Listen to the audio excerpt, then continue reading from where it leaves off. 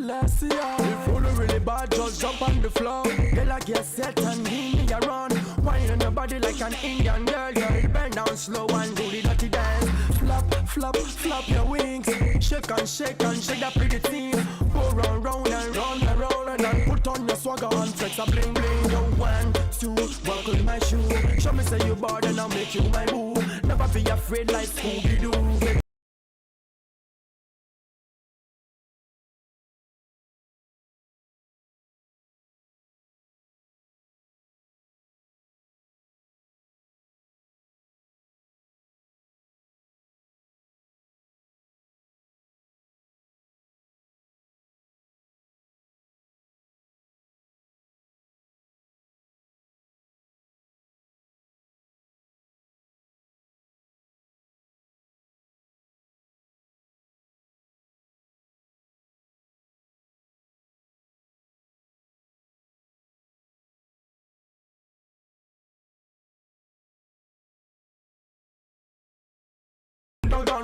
Bust it up like the lyrical. Now he is a creator, he's an artist. I will make you dance. No, he draws elephants, umbrellas and fish. Just show me say you bad when we get to the stairs. Fire, fire, fire, fire, fire, fire. He's a music executive. Fire, fire, fire. He's managed the guy in the background before, I1. Fire, fire, fire, fire. He's managed Shatawale before, Fire, fire, fire. Vanilla, Fire, now the clap on it. Natural Face, right? Now show you. Here with us is Lawrence Nanesiama Hansen, aka Bullgod. Do I say Bullgod or Bulldog? Do I say Bullgod or Bulldog? Are we going with a god or with a dog? We're going with God, man. And I hear you said your daughter said you should take the god. Yes, because originally Bulldog means bull depends on God, the DOG. It's an acronym, yes. Oh, okay. Yeah, bull depends on God.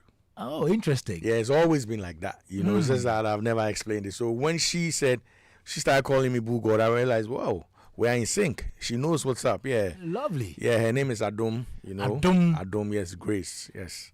How's the family doing, though? They're blessed. They're blessed. I don't know, I'm lucky. I don't deserve a family like that, you know? Yeah. Are you romantic? I did try, you know what I'm saying? I did try. My own be hard, you know. If my wife go for answer that question. No, I mean, you see, people know say, Bullgod there, it be hard guy, Yes. like, Charlie, no bagawaya. Yes. Do you have a soft side?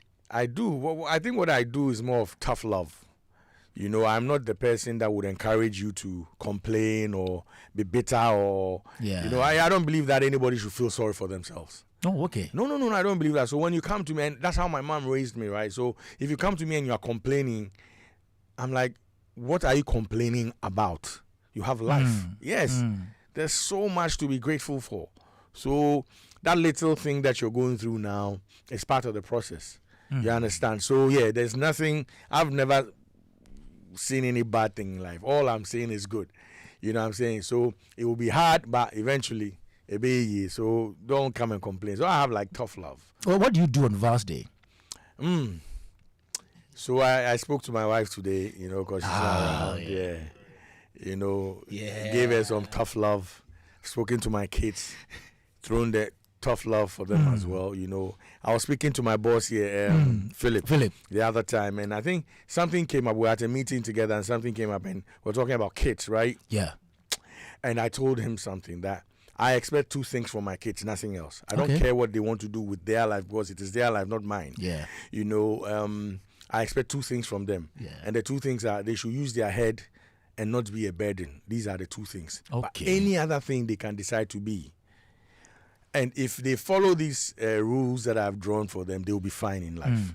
Yes, that's it. That's it. Yes. And he was like, no, you need to guide them. I said, no. Every spirit or every being that comes has their destiny already. You have between 0 and 7 to try and, you know, but yeah, you can't do nothing about it. You know, so you just tell them, whatever, I don't care if you want to be. I've sat on radio and said that if my daughter gets to 18 and she wants to be a prostitute, I'll sponsor it. Oh, how would you do exactly. that? How would you even support that? You see, again, this is what you need to understand. Because that thing is not even it's not even legal. Oh, it's illegal somewhere. But not in Ghana. Yes, but again, I'm not sure they could. I'm not sure there's somebody wearing a badge saying I want to be a prostitute, right? But we know they are in the system. Okay. So I would say instead of coming to Standard Circle or going to cantonments or elsewhere, let's go and do this at Dubai. You know what I'm saying? Let's do this in Washington. You know what I'm saying? Let's do the big men. Be a prostitute to presidents. It will make sense. Are you just saying this in jest or something that you mean? No, if you like, go back. You see what I just told you? Yeah. Go back 10 years. Go back 5 years. It's there. I've said it and I mean it. I said if my son wants to be an armed robber or a thief, he has to be the best of thieves. Because he cannot go to Pokwase or Nyamransa when he go steal some chicken, make the put tie for him and burn him. No, I no go. You know that we all know, please. Then go catch him anyways. As we speak now, we will catch them. Iyoko has caught some people. But you see the money they steal, they are cool. Millions, so when they make oral, they hear the money they mention, they get 34 houses, 33, those that will a level. But it's not a good thing to I be know. an I'm just saying that if my kid came to me, I won't go and tell my kid be this. But before a kid comes to you, they've thought about what they want to do, so you can't fight it. Just like me at 14, I told my dad I wanted to be an artist. He felt at the time that I was going to write "Do not urinate here on the wall," so he didn't understand my vision at the time. Bullgod, for some sir. time now, you've been a bit silent. Yep. What's the reason for that? Oh, so Abam Papa, that's one. Yes. Yes, and the economy needs thriving. So what would you be shouting about? Is the economy better? You know it is better, bro. You know that. Are people getting money into their pockets? Yes and no, but the opportunities are abound. Again, Ghana doesn't owe anybody. I think we just ushered ourselves out of the IMF program. We don't owe anybody. We've gone just under or even whatever, 1 year and a little months. We're doing fine. Gold Board alone is supporting Ghana. I just heard somewhere, I don't know whether it's official, but I just heard somewhere that the legacy thing His Excellency John Dramani Mahama is going to leave is, before he leaves, he's going to pass into a bill where all the kids that are going to be born, Charlie, for where? This is going to happen. That's why they migrate go everywhere. They won't go also for some place. So if now they go do for here, then Charlie, you know what I'm saying? So what am I going to shout about? I'm fine. No, are you suggesting that Yes. you are getting something from government? Yes, I have peace of mind and I can sleep because the past 8 years I couldn't sleep. Anytime I'm driving, I had to look in my rear view. I go to my house. I have 3 different places that I sleep, but I'm mostly in Adabraka, right? So that's my base. Before I get into my place, look, I have to hoover around, see if some MPP people they come and be. All these people they worry me. So now they actually at the bed, leaving my door open, nothing. As I did as in my car, I don't close up. It's cool. So you've gotten more money now than before? Oh no, Ahoto. Okay. Yes, and I'm on a payroll with His Excellency John Dramani Mahama. Since he started work, every month I dey go collect something small from him pay inside. So when they pay him, then he pay me. Are you serious? That's my guy right there. That's my big brother. Are you saying? Me and him, they chop the pay. And I think for 6 months, his paid income, because I think he dedicated 6 months of his pay to, I think he was doing some Mahama care. Yes. So we make our look some way small at the time, but we resumed. You know what I'm saying? So Mahama pays you at the end of the month. That's my guy right there, man. How much a month? Why you won't know? Oh, You won't make IRS come to me. No, man, that's my big brother. It be family matter. Yeah. They look after in younger brother. So, you know what I'm saying? 1 year in office, how would you rate Mahama's performance? 400%. I don't have to even think about it. And what the reason why I'm saying some of these things, I think the people, everybody that he's put in place is competent. All the young CEOs, from the Afechi Awuno to Eduji, Sami Jemfi, all the young boys, everybody in every sector. The Minister of Youth and Basentali, they're all doing well. They're all doing well. And I like what he said. He said, be careful, because anybody who comes who's the first to mess me up, we're going to hang them. You know, so all the guys are doing very well. Yes. Sam George, everybody. Let's look at the creative industry, tourism, culture, and creative art space. How would you say we are faring now? I think they're preparing the ground to take off properly.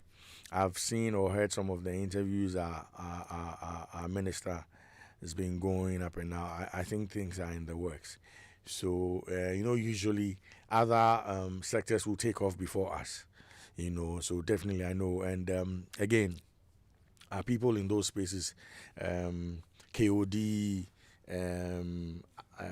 Abeku Santana, Rex, they are all, I mean, usually, because I check up on them a lot, and they share and bounce ideas of, and they are doing some beautiful work. If you had the power to change somebody from a position in the creative industry, who would that be? I won't change that anybody, and I don't have the power. I've relinquished my power, because they are doing amazing. During the December period, December in GH, did you go out to any other events? Yes, I think I went to a few, but the most memorable one for me was the Blacko one. And okay. Yes, and Sarkodie. I'm part of Sarkodie, so definitely. Yes, the 18. Yeah, exactly. Yeah. I'll be there. So, but the Blacko one was something that I was excited about. Yeah. If you compare the December in GH in 2025 to the previous ones, how would you say we fared? Say 2024 and 2025, right? Yes.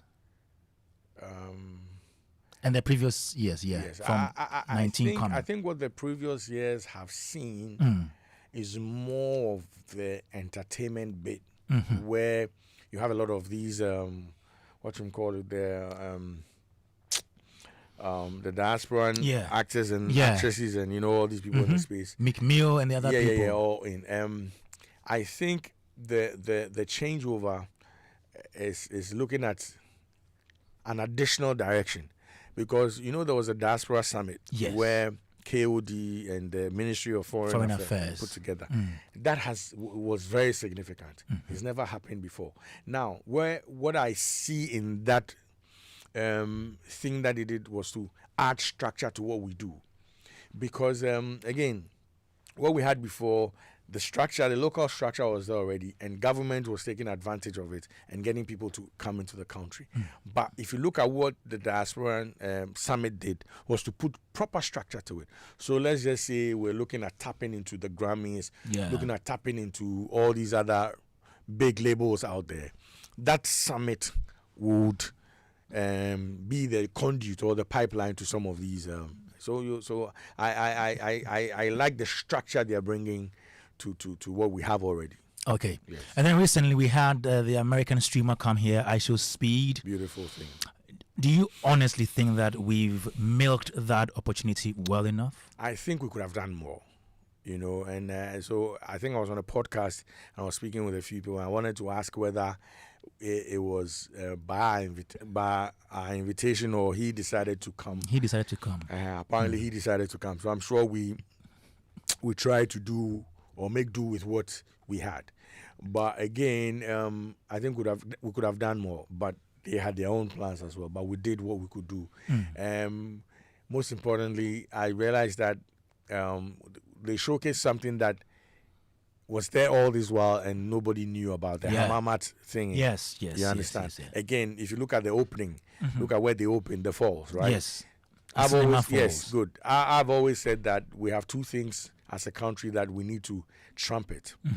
We have peace, and we have Nkrumah. Yes. These are two things that we can stand on firm and sell to the world. So the opening and the closing for his visit was very, very cool. Yes, and I think we did the best we can. Great. Yeah. Are you still into artist management? Not presently. I have my own dreams and ambitions as an individual, and I have put that on a back burner for a very long while. And I think this is the time to be able to do those things. So I am not, into that aspect of things. Now I can still do it, but I will not be the lead. I might be part of a team that would make sure maybe a brand will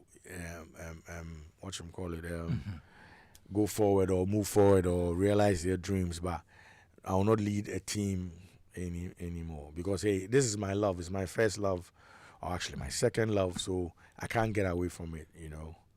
Would you say that you've made money out of managing artists? Okay, so maybe if you had asked me this matter or this question 6-7 years ago, because of my immature mind, I would have said no.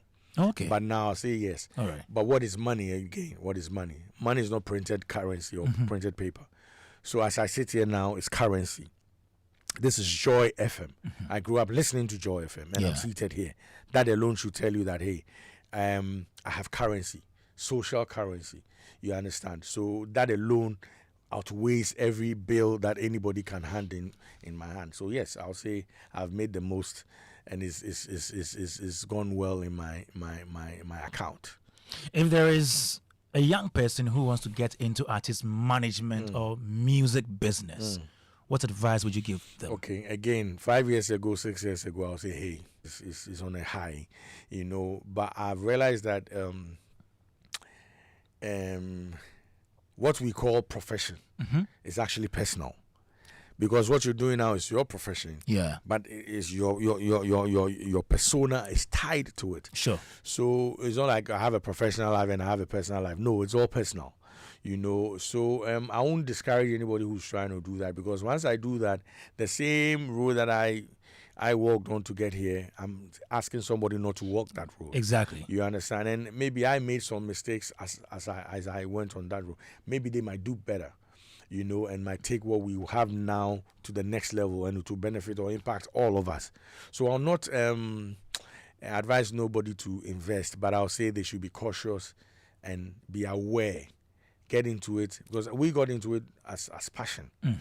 So they need to add some business to the passion. Yes, that's what I Okay, Joe 99.7 FM. Right here with us is Bullgod, Lawrence Nana Isiama Hansen. He is a music executive and an artist. Most people don't know the art side, as in you being a designer and all that. But I think it's very important for people to know that you did not just get into this space by accident, but you are really an artist as well. You are coming up with the projects. Yes. And you said Bright Walls, Better Minds. Better Minds. Yes. Tell us about it. Okay, so Bright Walls, Better Minds is a social impact art initiative hoping to transform police holding cells into convenient spaces for the inhabitants of the cell. So we're hoping to take art into or behind bars, so that it would bring some sort of relief and help people locked up escape mentally. Because I only got this or received this information above because I have had my own experience in these places, and it was horrific. Wow. It is not a place that humans should inhabit. It's dark. I won't call it holding cells. Many of them are dungeons. Yes, they are dungeons. And if you are not careful when you get into spaces like that, you might be broken and nobody can fix you. Wow. Yes. There are so many things you could have done about the police cells. So many initiatives. Why particularly art, murals, to beautify the space? Is it because you are a creative? Okay, so that will play an important part of the story. But because of my experience, sitting at one place and just staring at dark, dirty, greasy walls is unhealthy. I even believe that even if you had a mansion or you have a beautiful space that you live in, there are days you want to come out to have some fresh air. Unfortunately for our people behind or in police cells, they don't have that opportunity. usually we get it confused. The people in the prison institution have the opportunity to come out.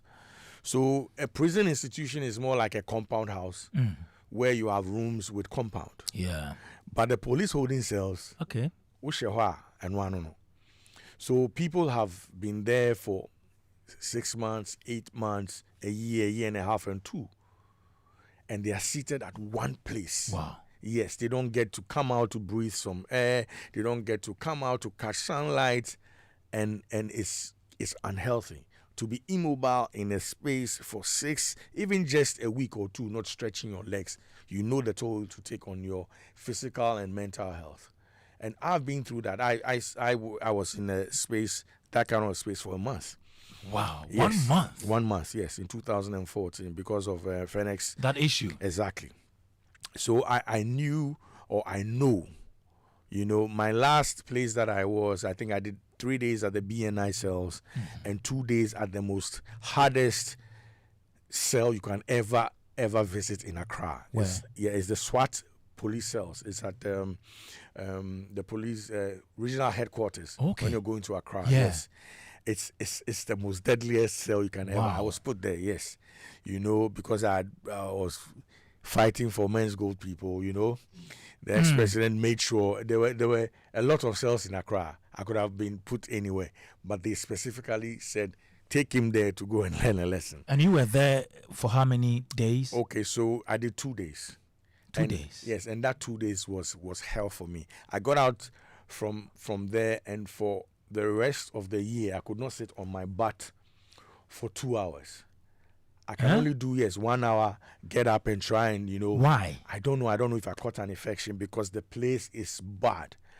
Look, a few hours before I was going to go to court and get my bail, my tummy, I'd been there for 2 days. I had not showered. I had not taken a dunk or a dump, whatever you want to call it, yeah, because the environs in which these things are done wasn't friendly, So I was praying to God, Charlie, don't let me go. But I think around 5:30, between the hours of 5:30 a.m. and 5:45, nature said, hey, you go. Now, I walk into that place, and on the toilet bowl, there were 2 guys seated on the bowl already. There was 1 guy standing by the 2 guys, and they were all sleeping because the place was filled to the rafters, right? Ish. And I had to go and seek permission to ease myself. So one of the guy who was standing, moved into the washroom area, went to continue to sleep.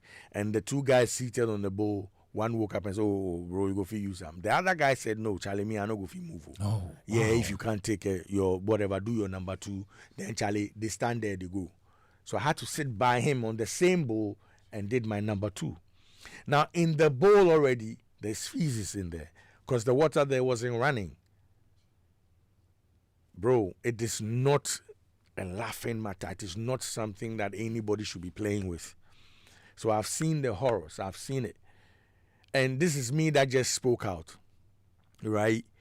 And I was put in there, So imagine a lot of people who are maybe innocent of whatever. Because again, these people there, I don't know, or I'm sure that they are in transition. Their matter is still before a court. And the court has not convicted them yet. Because once you get a conviction, then I'm sure they transport you to a proper prison institution. You understand? And the people, again, I'm saying, the people as we speak, Agrada is, what's the time? By now, she's gone back inside. Yes, yeah. It was 3:43. So she's back inside. Usually by 3, they go back into the cells. But by morning 8, you come out, stretch a leg, do some push-ups, aerobics. I have people in Sawam and